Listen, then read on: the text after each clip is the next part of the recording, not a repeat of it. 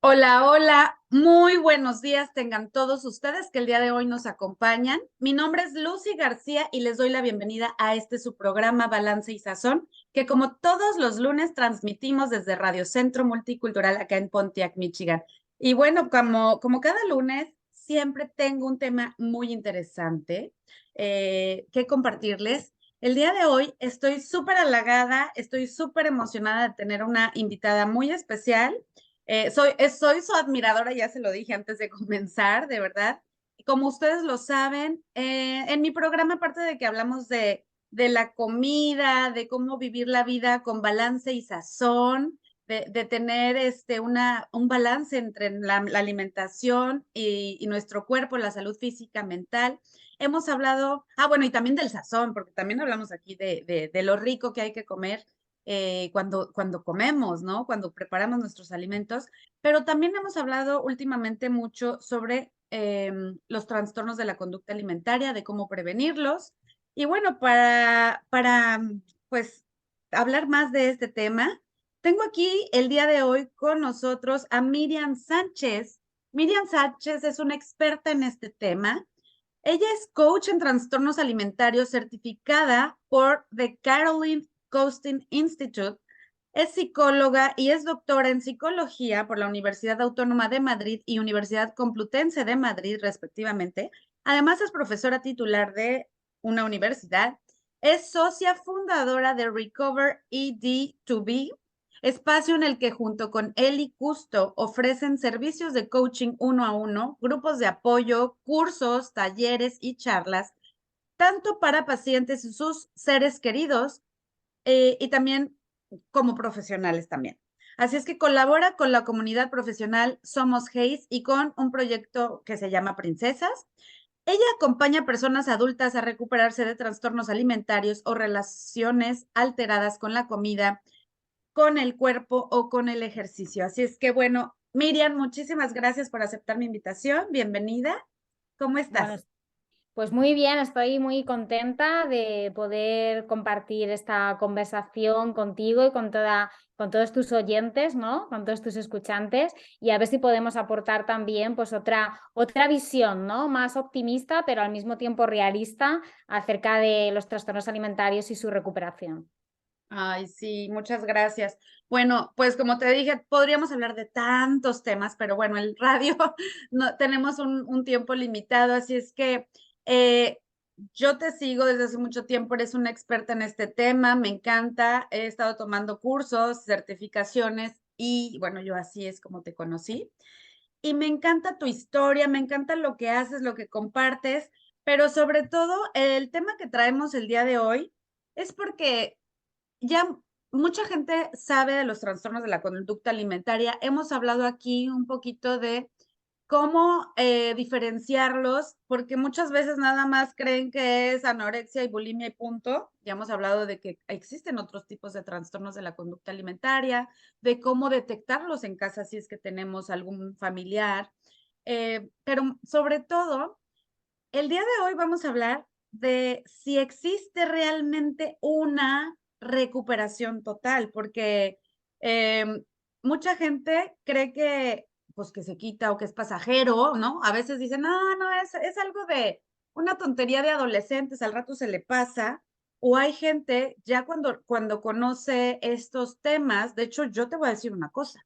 Yo cuando estudié en la carrera de nutrición, como nutriólogas, como les he dicho muchas veces en mi programa, si detectan que existe un trastorno de la conducta alimentaria, tienen que ir con un especialista, porque nosotros como nutriólogos, incluso los psicólogos, salimos de la carrera con una embarradita con esa información y a veces empeoramos la situación sin querer, o sea, no es con la intención, pero podemos empeorar la situación del trastorno. Entonces, tenemos que acudir a un especialista, pero cuando yo estudié la carrera, yo recuerdo perfectamente que me decían que muchas veces el trastorno nunca se va a quitar, que a veces podía, o sea, pasar de a lo mejor de anorexia a bulimia o de bulimia a anorexia o de anorexia a trastorno por atracón o así, ¿no? Estar brincando de uno a otro. Entonces, eso es lo que nos enseñaron, o sea, a saber que, Mm. bueno, eso nunca se iba a quitar.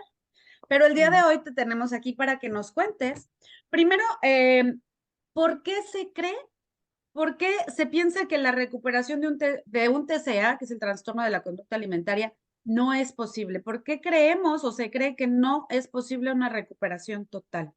Ujú.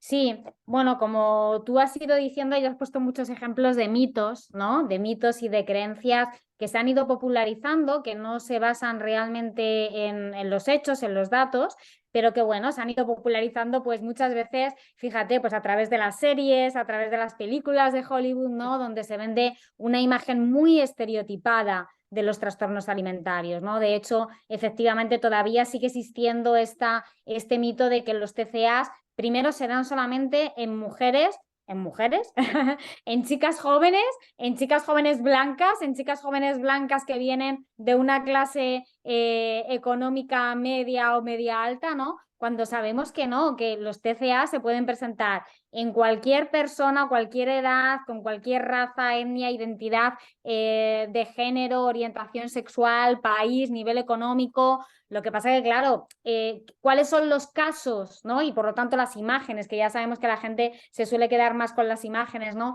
Que traspasan al final a la sociedad. Pues las imágenes que quedan son las de la niña muy demasiada, muy desnutrida, muy delgadita, muy joven, ¿no? Que esa es la imagen de la anorexia que tiene la gente, cuando hoy sabemos que la anorexia se puede dar en todo el espectro de peso, por ejemplo, ¿no? Y se habla de este diagnóstico que a mí no me gusta, pero es el que se utiliza, ¿no? en las colectividades médicas, que es el de anorexia típica, ¿no? Cuando realmente es la más frecuente, que es esa anorexia que se da en personas que tienen, según el índice de masa corporal, que no me encanta utilizarlo, pero para entendernos, que tienen normopeso o incluso peso alto, ¿no? Entonces, bueno, esto simplemente para hablar un poco de la cantidad de mitos que hay, ¿no? Entonces, a partir de estos mitos y de estas creencias, de estos estereotipos, pues la gente se cree que, claro, si esos son los casos más extremos que se dan, pues entonces es que es imposible una recuperación, porque esa persona, ¿cómo se va a recuperar si ha llegado a ese caso tan extremo? O se habla sobre todo de los casos que desgraciadamente terminan en un desenlace de muerte, ¿no? Claro que sí, que son enfermedades mortales, hay que decirlo claramente, o sea, que digamos que es posible una recuperación no quiere decir que estemos negando la realidad de que es el trastorno psiquiátrico con la mayor mortalidad, ¿vale? Generalmente decimos, no, los TCAs tienen la mayor mortalidad después del consumo de opiáceos, ¿no? Que son estadísticas además de Estados Unidos. Sí, pero si quitamos, por ejemplo, si nos centramos solamente en la anorexia, ya es el trastorno psiquiátrico, entre comillas, que tiene mayor mortalidad. Entonces, esto no lo negamos, pero al mismo tiempo esto se está perpetuando primero porque evidentemente el proceso de recuperación es complejo y luego vamos a hablar del proceso de recuperación, ¿no? Entonces de ahí que muchos profesionales, académicos, ¿no? Se hayan quedado con la idea de que, claro, si no hay recursos suficientes para abordar esa recuperación que es compleja y a menudo lleva años y a menudo requiere de un equipo multidisciplinar, entonces es que no es posible, no. Es que se tienen que poner los medios adecuados para que esa recuperación sea posible, ¿no? Entonces, bueno, están por una parte este tema de los mitos, de las creencias, y luego también hay un tema aquí del enfoque, pero yo diría filosófico, de los profesionales de salud, ¿no? Es decir, durante mucho tiempo, en general, todas las cuestiones que tienen que ver, que implican emociones, conductas, ¿no? Pues han estado monopolizados por los psiquiatras y los psiquiatras no dejan de ser médicos, ¿no? Entonces, durante mucho tiempo los TCAs se han abordado desde un enfoque muy médico, muy biológico, ¿no? Muy biologicista. Y entonces se han comparado los TCAs como si fueran adicciones a sustancias, ¿no? De la misma forma que se utiliza el modelo médico, por ejemplo, de adicción a una sustancia, no sé, como puede ser la heroína, la cocaína, ¿no? Y bueno, en Estados Unidos sobre todo se utiliza mucho el modelo de los 12 pasos, ¿no?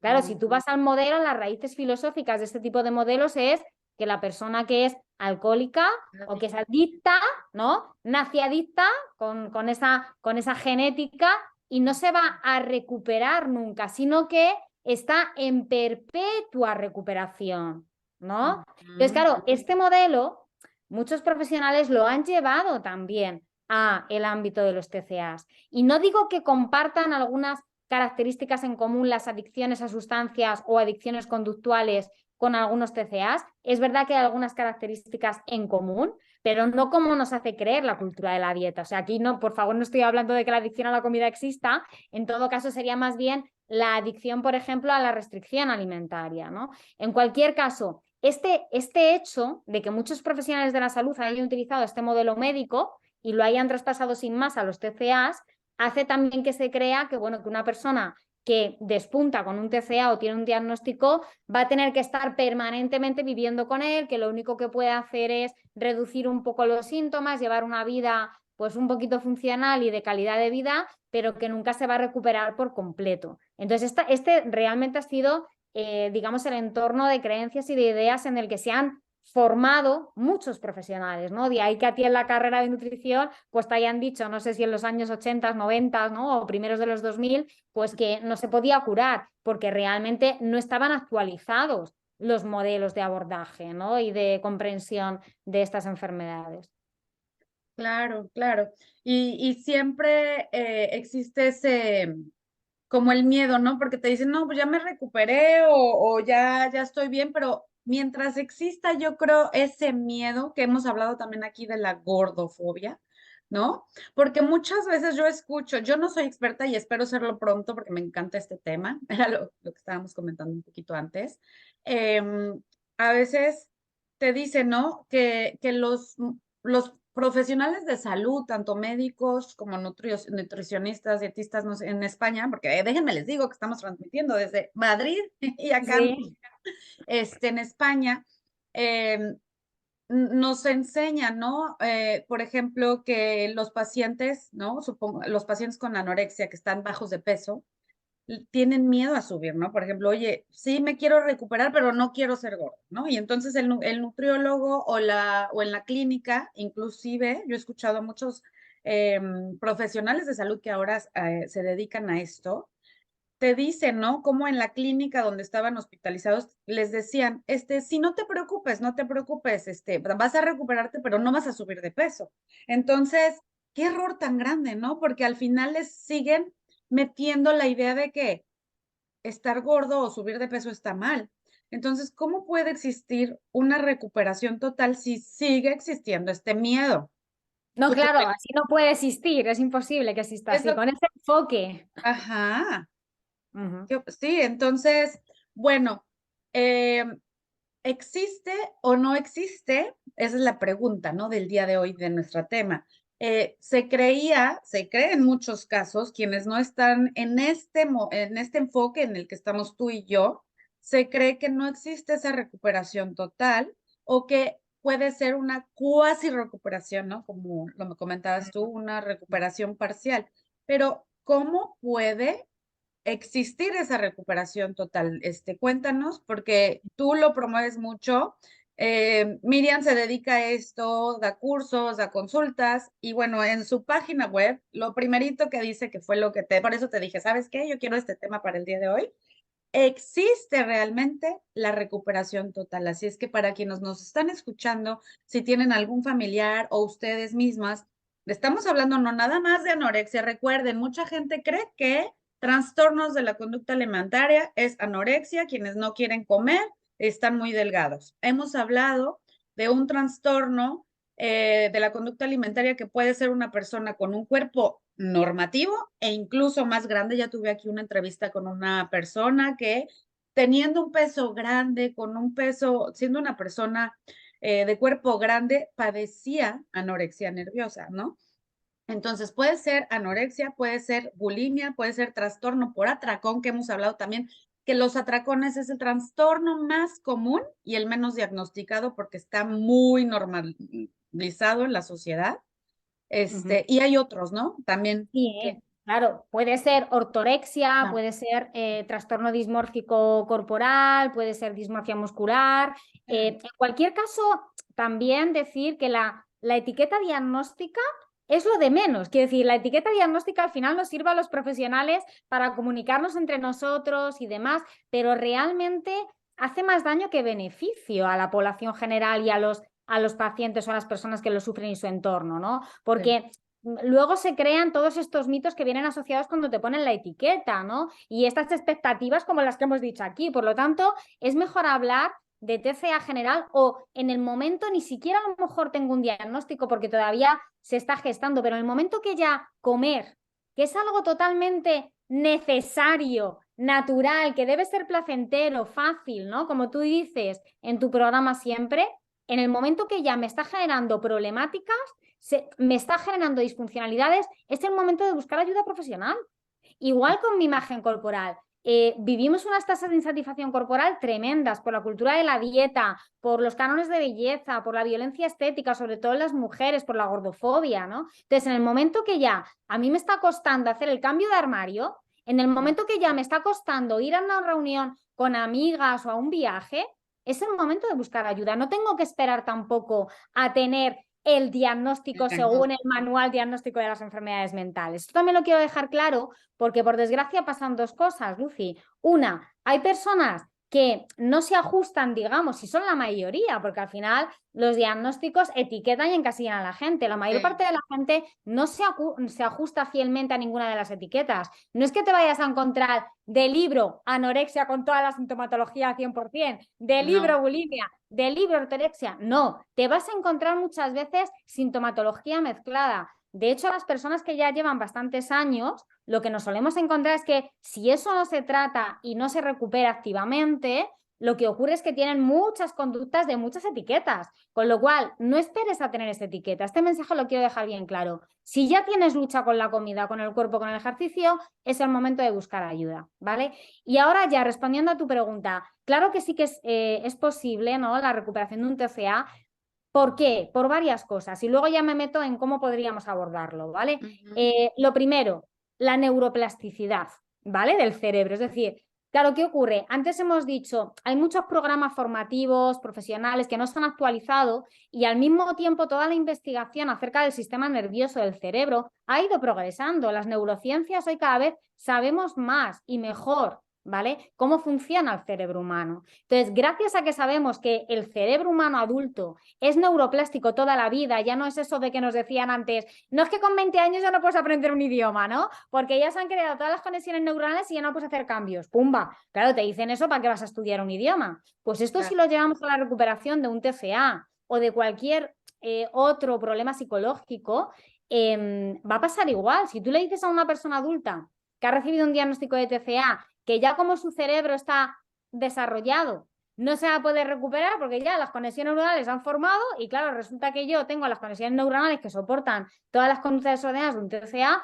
ostras, ¿para qué me voy a esforzar siquiera? ¿No? En cambiar ningún hábito, ninguna conducta desordenada. Entonces, gracias a la neuroplasticidad, es importante que lancemos el mensaje que vamos a poder crear a partir de cambios conductuales, cambios en las acciones constantes, cambios en la manera en que la persona se relaciona con la comida, sus creencias, sus pensamientos, la manera de gestionarse emocionalmente, la imagen corporal. Gracias a que todo eso es moldeable y modulable, ¿vale? Gracias a terapias específicas, que lógicamente no todas funcionan igual, a la rehabilitación nutricional, una serie de elementos que veremos ahora en más detalle, es posible que ese cerebro que tiene un TCA activado se vaya desactivando el TCA, porque vamos a crear nuevas conexiones neuronales, ¿vale? Luego tenemos evidencia, o sea, tenemos evidencia de personas que están recuperadas completamente, tenemos evidencia empírica, ¿vale? Y eso que los estudios no reflejan toda la realidad porque se calcula que solamente el 25-30%, y esto en países desarrollados ricos, de personas que tienen un TCA realmente reciben tratamiento, o sea que nos estamos dejando a la mayoría de personas que ni siquiera buscan ayuda o reciben un tratamiento adecuado. ¿Vale? Sí, por eso quería comentar esto de que todo el mundo cree que nada más es anorexia. Yo lo escucho con mis familiares. Creen que los trastornos es solo anorexia y las personas que están delgadas. Por eso qué bueno que lo aclaraste, porque la mayoría, ¿qué porcentaje dijiste, perdón? Se me fue el dato. Solamente el 25-30%, por Imagínense, ejemplo, en Estados Unidos, el imagínense. 25-30% solo reciben tratamiento, o sea, Y imaginar. mucha gente ni siquiera sabe que lo tiene o ni siquiera piensa que su hijo o su hermana pudiera tenerlo. Por eso es tan importante conocer esto, porque están no se diagnostican y ni siquiera lo sospechamos. Entonces hay que crear conciencia. Qué importante esto que nos acabas de comentar. Claro, porque la detección precoz es fundamental. Es verdad, y ahora volviendo al tema de que la recuperación es posible. Claro que la Claro. recuperación es posible ya a cualquier edad, pero obviamente la recuperación es más fácil, ¿no?, de afrontar cuando la persona lleva menos tiempo, precisamente por razones también fisiológicas y neurocientíficas, ¿no? Es decir, si yo, una persona ha creado o ha desarrollado, mejor dicho, un TCA a los 12 años, por ejemplo, ¿no?, que la etapa de la adolescencia es una etapa especialmente vulnerable para el desarrollo de TCAs, ojo, igual que otros trastornos mentales, que la mayoría sientan las bases, ¿vale?, en la infancia y la adolescencia, porque son etapas muy vulnerables en el desarrollo de nuestra psicología, de nuestra personalidad y de nuestro cerebro, lógicamente, ¿vale? Entonces, si yo tengo una persona que a los 12, 13 años ya debuta con un TCA y me lo encuentro en consulta con 50 años, que esto pasa, Lucy, esto pasa, me da igual que sea anorexia, que sea trastorno por atracón, que haya migrado de una sintomatología a otra, pero hay un TCA activo, pues lógicamente ahí me va a costar empeñarme mucho más y que la persona se tenga que comprometer mucho más activamente en hacer un montón de cambios, que si cogemos y detectamos muy rápidamente ese caso, a lo mejor por parte del entorno familiar o escolar o lo que sea, con 15 años, si la persona lleva 2 o 3 años. Claro. Lógicamente, reprogramar un cerebro, os podéis imaginar que no es lo mismo, ¿no? Pero eso no quiere decir que no sea posible en el caso de la persona que tiene 50 años y tiene larga evolución, ¿de acuerdo? Entonces, Sí. lógicamente, lo que pasa es que necesitamos más recursos.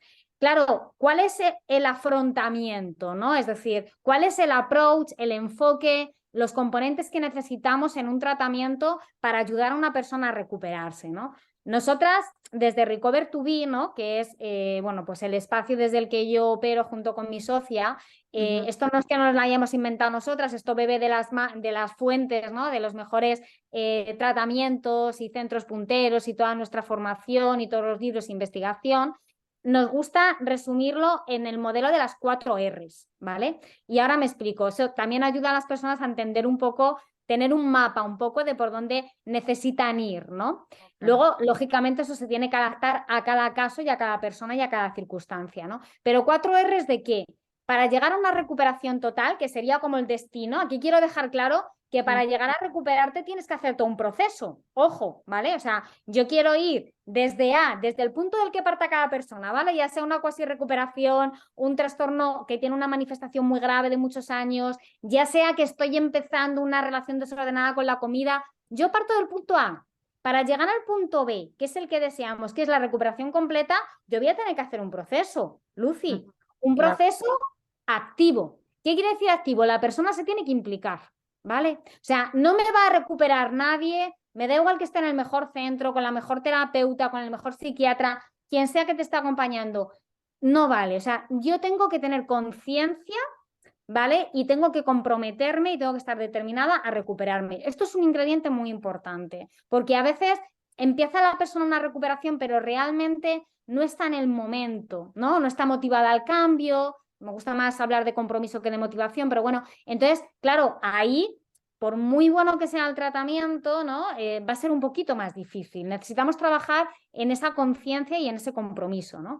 Y entonces, cuando se da esta conciencia, este compromiso, hay 4 ingredientes básicos. Primero, lógicamente, que es donde se quedan la mayor parte de los tratamientos, por desgracia, que es fundamental, ¿eh? Sin ello no puede haber una recuperación total, pero no es suficiente. Es necesario, pero no es suficiente. Y es la rehabilitación nutricional o física, ¿vale? Obviamente, y me da igual el peso que tenga la persona, cuáles sean sus indicadores físicos de enfermedad, pero esta persona necesita renutrirse, necesita estabilizar, sí, sus analíticas, si hay déficits nutricionales, por supuesto si hay malnutrición, que no en todos los casos lo hay, si hay conductas que cursan después con efectos físicos, como puede haber purgas, consumo de laxantes, diuréticos, personas que se han hecho cirugías bariátricas y que tienen un montón de efectos físicos de eso, pero que realmente tenían un TCA. Todo eso tiene que abordarse desde el punto de vista físico, por supuesto.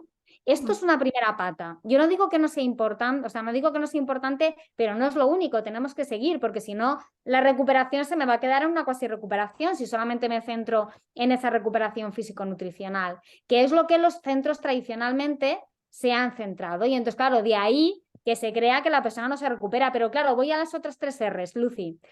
Reprogramación neuronal, claro, hay que recablear el rewiring, ¿no? Hay que recablear el cerebro de la persona, es decir, tengo que crear nuevas creencias en contra de esa gordofobia, hay que crear nuevos pensamientos, nuevas maneras de cuestionar tus pensamientos, nuevos hábitos, la manera, por ejemplo, en que me relaciono con mi cuerpo, el autodiálogo, todo esto ya en cada persona se tiene que ir viendo, pero hay que crear esas nuevas conexiones neuronales, esos hábitos, ¿vale?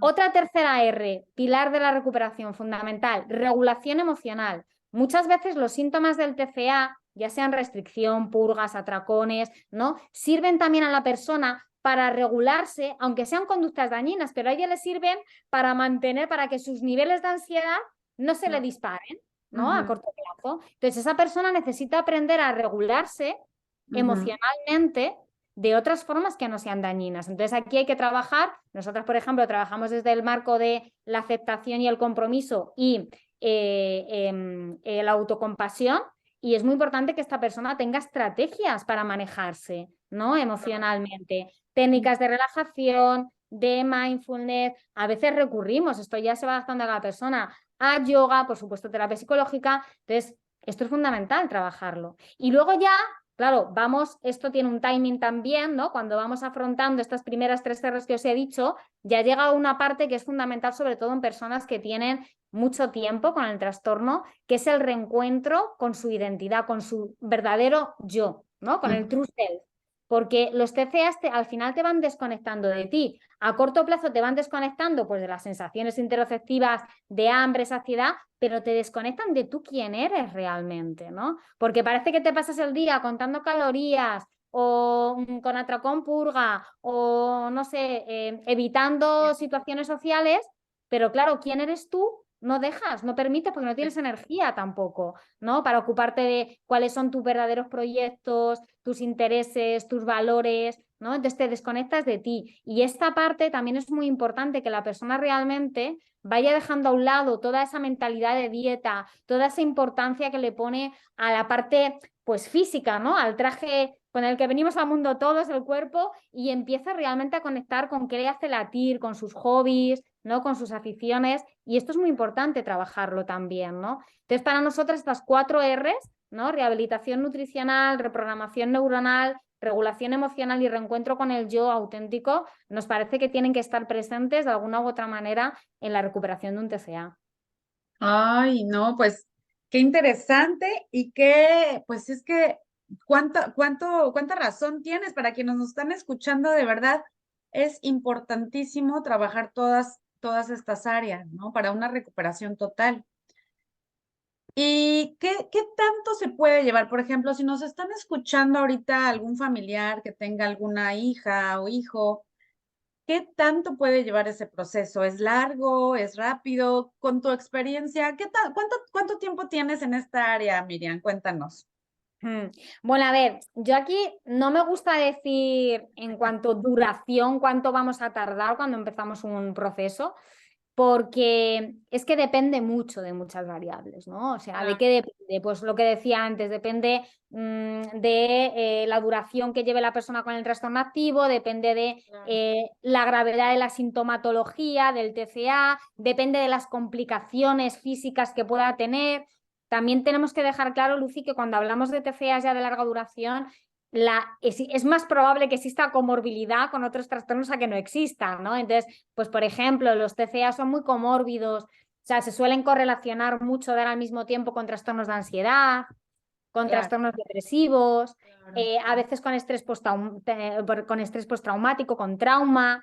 Entonces, lógicamente, la cosa se puede complicar. Ahora, si imagínate, hablamos del escenario de menores, ¿no? De niños o niñas o adolescentes, lo que nos dicen los datos es que no me sale la palabra, pero bueno, la prospección, ¿no? que tiene la perspectiva de mejoría puede ser relativamente buena si recibe un adecuado tratamiento en cuestión de 2-3 años, ¿vale? Pero claro, esto siempre que contemos con la implicación del menor, de su familia cuando hablamos de menores, y luego nos tenemos que adaptar también a si la persona tiene otro tipo de trastornos o no. ¿Vale? Pero sí que quiero lanzar aquí un mensaje de esperanza, pero es muy importante que la familia, por supuesto, la culpa la dejemos a un lado, ¿no? Porque muchas veces los padres lo primero que piensan es, ¿y qué he hecho yo para que mi hija tenga esto? Y es, no, no, si usted no ha hecho nada mal, o sea, esto no es cuestión de buscar culpables, estos son Claro, trastornos biopsicosociales, hay muchos factores implicados en el desarrollo de un TCA. Tú has apuntado, por ejemplo, a los factores sociales y culturales, cultura de dieta, gordofobia, ¿no? Existen factores biológicos y genéticos. Lógicamente, no todo el mundo tiene la genética, ¿no?, para desarrollar un TCA, igual que no todo el mundo tenemos la genética a lo mejor para tener un cáncer de pulmón. Bueno, pues esto es igual. claro. Y luego existen también factores psicológicos, o sea, existen ciertos perfiles de personalidad que son más proclives en interacción con todo lo otro que hemos dicho, ¿vale?, a desarrollar un TCA. Si esta además se junta con ciertos factores precipitantes, como puede ser un duelo, se muere alguien, ¿no? Entonces la persona le cuesta mucho asimilarlo, porque está ahí en pleno duelo, cae en una depresión, eso le hace que coma menos, que pierda el apetito, empieza a entrar en un déficit energético, pumba, ya tengo todos los factores de riesgo para desarrollar un TCA, ¿no? Claro, claro. Y bueno, también en cuanto a los adultos, adultos que quienes nos están escuchando, habíamos hablado de quién es un dietante crónico, por ejemplo, ¿no? Hay personas que llevan toda la vida, ahorita mencionaste, yo me acuerdo que yo trabajé en Shanghai cuando vivía allá y recuerdo mucho una paciente que llegó a verme, tenía como 45 años y desde que la vi dije: "No, o sea, ya hay personas que son evidentemente tienen un trastorno", ¿no? Porque era de extremadamente delgada pero ella iba conmigo para que le ayudara a disminuir su colesterol, pero cuando, pues, le pregunté qué comía, pues, no comía nada, ¿no? O sea, salmón y ensalada. Y me doy cuenta que tiene un trastorno, anorexia, desde los 16 años, ¿no? O 14 años, recuerdo. Y yo me acuerdo, pues, yo no sabía bien, ¿no?, cómo manejar esto. Me contacté a una maestra mía que tiene más experiencia en esto, obviamente, y me decía: "Guau, es una persona con un trastorno crónico", ¿no? O sea, años, ¿no? Más de 40, 30 años con el trastorno.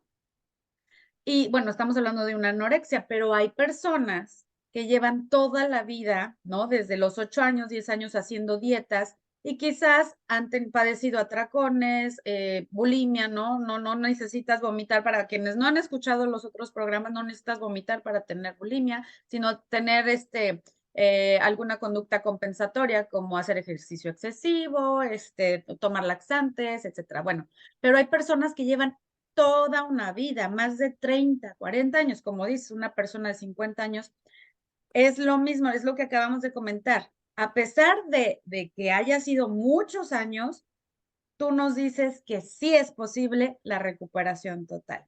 Así es que, bueno, se nos está acabando el tiempo, pero ¿qué te parece si para cerrar con este programa nos das alguna recomendación para finalizar con esta pregunta? ¿Existe realmente la recuperación total?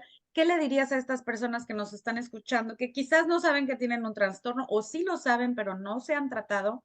¿Qué les puedes recomendar? Mm, Yo sí que les diría que, a ver, a pesar de todo el tiempo que puedan llevar con esta sintomatología, que la hayan normalizado, que la hayan integrado ya en su identidad, que busquen ayuda, que empiecen a leer, ¿no? A leer, porque todo les va, probablemente muchas cosas les va a empezar a hacer sentido, se van a sentir reflejadas en todo eso que han vivido durante años pensando que era como su propia identidad y no es así, ¿vale? Y que busquen ayuda profesional lo antes posible, que no tiren la toalla, que lógicamente aquí se puede convertir en una profecía de autocumplimiento. Si yo creo que no me puedo recuperar, entonces no voy a hacer el mínimo esfuerzo, pero que eso que a ti te está pasando tiene un nombre y tiene una solución. Entonces, que empieces a tomar tu recuperación, pero claro, identificarlo primero como lo que es un trastorno, una relación muy desordenada con la comida, que busques ayuda y a partir de ahí toma tu recuperación como un proyecto, como tu proyecto más importante, porque es verdad que le vas a tener que poner mucha determinación, mucha energía, tiempo y recursos para conseguirlo, pero que con paciencia, con constancia, con compromiso y con buena ayuda se consigue. Ahora bien, yo soy realista, hay que hacer el camino, ¿eh? Aquí no quiero vender positivismo tóxico de ala, yo ya, porque me doy cuenta de que tengo un TCA, de repente no sé, por arte de magia me voy a recuperar. No, hay que hacer el trabajo, ¿vale? Así es como todo en esta vida. Se necesita voluntad, se necesita compromiso, se necesita ganas de cambiar, ¿no? Tenemos que luchar el para qué, cómo quiero estar, quiero vivir en paz. Siempre aquí hablo mucho de que hay que comer en paz, ¿no? En paz, con esa tranquilidad, sin tener miedo, sin tener culpa, sin tener el remordimiento de, ay, me fui a la fiesta y comí esto. O sea, se debe disfrutar del comer, ¿no? Del placer de comer, como siempre lo promuevo aquí en mi programa. Así es que, bueno, Miriam, se nos acabó el tiempo. Me encanta escucharte, tu explicación, tu claridad y bueno, pues ojalá te podamos tener otra vez en este programa que nos encanta. Nos encanta. Y bueno, ¿qué te parece si nos compartes tus redes sociales o cómo te pueden localizar quienes estén interesados en hacer contacto contigo? Por supuesto. Bueno, os voy a dejar nuestra web, la del equipo de Recover2B, que es www.recover2b, que viene de Recover ED, Eating Disorder, .com, ¿vale? En redes sociales, sobre todo estoy activa en Instagram, me podéis encontrar como @Miriam Sánchez, todo junto, .tcacoach, y también nuestras redes sociales de Recover2B, que es tal cual, @Recover2B. Y nada, pues ahí yo soy bastante activa creando contenido, podéis encontrar un montón de contenido a nivel psicoeducativo, divulgativo, directos, en nuestra web tenéis un blog con artículos, libros recomendados para la familia, para los seres queridos, para las personas que lo están sufriendo, transitando y también cursos y talleres que pueden ser también muy interesantes para los propios profesionales, para que se actualicen. Qué interesante. Oye, ese curso para familiares me encanta y los libros que tienes ahí en tu página. Pues ya escucharon. Recover es recover para quienes nos están escuchando y no está en inglés. Recover con Recover y luego to be es TOB grande .com, ¿verdad? Eso es. Recover to be. Ok, pues bueno, la mayoría de nuestra audiencia está aquí en Estados Unidos, pero también nos escuchan en todas partes del mundo. Así es que bueno, pues ya saben, contacten a Miriam, que es maravillosa y súper experta en este tema tan interesante. Y claro que puede haber recuperación total, ya lo escucharon. Así es que bueno, Miriam, pues te agradezco mucho tu tiempo y me encanta que hayas estado aquí con nosotros. Así es que bueno, pues me despido. Les recuerdo mis redes sociales también, Balance y Sazón, por Instagram y Facebook y también por YouTube. Ahí pueden escuchar y ver los videos de las entrevistas que hemos tenido por aquí. Así es que bueno, pues yo los espero el próximo lunes, como cada lunes, a las 11 de la mañana, horario de Michigan, horario del este. Y bueno, pues me despido deseándoles toda la felicidad y salud que se merecen. Y recuerden que hay que comer y tener una vida lo más posible con balance y con mucho sazón. Así es que me despido. Muchas gracias y hasta pronto.